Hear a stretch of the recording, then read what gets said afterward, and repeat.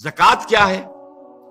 مظاہر نیکی میں سب سے پہلا مظہر آیا تھا مال خرچ کر سکنا، خیرات، صدقات، لوگوں کی ضرورتیں پوری کرنا اپنے مال سے، ہمدردی میں اپنا مال خرچ کرنا ہے۔ اس مال خرچ کرنے کے لیے ایک اور ستون کھڑا کر دیا گیا اور وہ زکوٰۃ ہے۔ کم سے کم اتنا تو دینا ہی ہوگا۔ گویا کہ آپ کو معلوم ہے کہ کسی بوتل کا کورک اگر بند ہی رہے تو بند رہے گا، اس میں سے کچھ بھی نہیں نکلے گا، ایک قطرہ بھی نہیں ٹپکے گا۔ ایک دفعہ کھل جائے تو امید ہے کہ کچھ اور بھی نکل آئے گا۔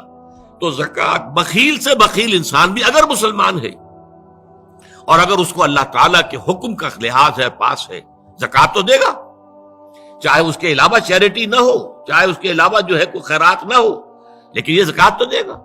لیکن یہ زکوٰۃ جو ہے در حقیقت یہ بنیاد بن جاتی ہے کہ پھر دل میں سے مال کی محبت اس زکوٰۃ کی وجہ سے کم ہوتی ہے۔ زکوٰۃ کے معنی یہ ہے پاک کرنے والی شے، تزکیہ ہے، یہ در حقیقت نفس کو پاک کرنے والی شے، طہارت نفس، قلب کے اندر سے مال کی محبت کو ختم کرنے والی شے۔ تو یہ دو ستون ہیں ہمارے دین کی۔ حضور کی ایک حدیث میں حضرت معاذ بن جبل رضی اللہ تعالیٰ عنہ سے مروی ہے، تو حضور نے، ویسے تو بہت طویل روایت ہے، وہ میں اس وقت ساری روایت بیان نہیں کر سکتا، حضور نے پوچھا حضرت، اس لیے کہ اس وقت خاص حالات ایسے ہو گئے تھے کہ حضور کی طبیعت میں بڑی بشاشت تھی حضرت معاذ بن جبل کے لیے رضی اللہ تعالیٰ عنہ۔ ایک سوال تو انہوں نے حضور سے کیا تھا، حضور نے اس کا جواب دے دیا۔ پھر حضور نے مزید دریائے سخاوت جوش میں آیا، حضور نے فرمایا وَإِن شِئْتَ حَدَّثْتُكَ يَا مُعَاذ بِرَأْسِ هَذَا الْأَمْرِ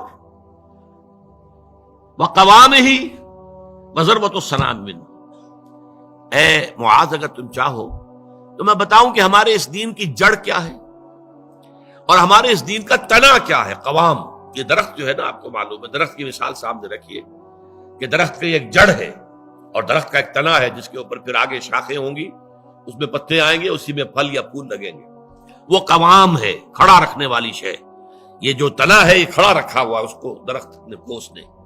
اور پھر یہ کہ اس کی چوٹی کیا ہے، میں تمہیں بتاؤں؟ تو انہوں نے کہا بے ابی و امی انت یا رسول اللہ قل لی، میرے ماں باپ آپ پر قربان ہو اے نبی صلی اللہ علیہ وسلم، ضرور بتائیے مجھے۔ تو فرمایا ان رأس هذا الامر، دیکھو ہمارے اس دین کی جڑ کیا ہے؟ شہادت اللہ الہ الا اللہ وان محمد رسول اللہ، یہ ہے جڑ۔ اور ہمارے اس دین کے معاملے کا جو تنا ہے، قوام ہے، وہ کیا ہے؟ اقام الصلاۃ و ایتاء الزکاۃ، نماز کا قائم رکھنا اور زکوٰۃ کی ادائیگی۔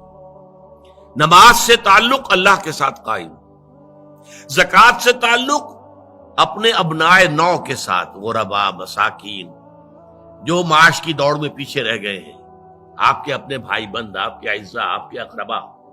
زکوٰۃ سے آپ کا ایک رابطہ ان سے تعلق قائم ہوا۔ نماز سے الصلاۃ عماد الدین اور الصلاۃ معراج المومنین، اسے معراج المومنین بھی کہا گیا۔ نماز سے تعلق اللہ کے ساتھ، زکوٰۃ سے تعلق خلق خدا کے ساتھ، اللہ تعالیٰ کے بندوں کے ساتھ۔ اور یہاں زکوٰۃ کا جو لفظ آ گیا تو نوٹ کیجئے، پہلے جو فرمایا تھا وَآتَ الْمَالَ عَلَىٰ حُبِّهِ ذَوِي الْقُرْبَىٰ وَالْيَتَامَىٰ وَالْمَسَاكِينَ وَابْنَ السَّبِيلِ وَالسَّائِلِينَ وَفِي الرِّقَابِ، اور یہاں فرمایا وَآتَ الزَّكَاةَ، اس کا مطلب یہ دو علیحدہ چیزیں ہیں۔ پہلے جو فرمایا ہے وہ نفل ہے، وہ ادا کرنا ہے زکوٰۃ کے علاوہ۔ اس لیے ایک حدیث میں بھی آتا ہے، حضور نے فرمایا صلی اللہ علیہ وسلم ان فی المال لحقا سوى الزکاۃ، دیکھو مسلمانوں، یہ نہ سمجھ بیٹھنا کہ تم نے اپنے مال میں سے زکوٰۃ نکال دی تو بس اللہ کا حق پورا نکل گیا، نہیں نہیں، ان فی المال لحقا سوى الزکاۃ، تمہارے اموال میں اللہ کا حق ہے زکوٰۃ کے علاوہ بھی۔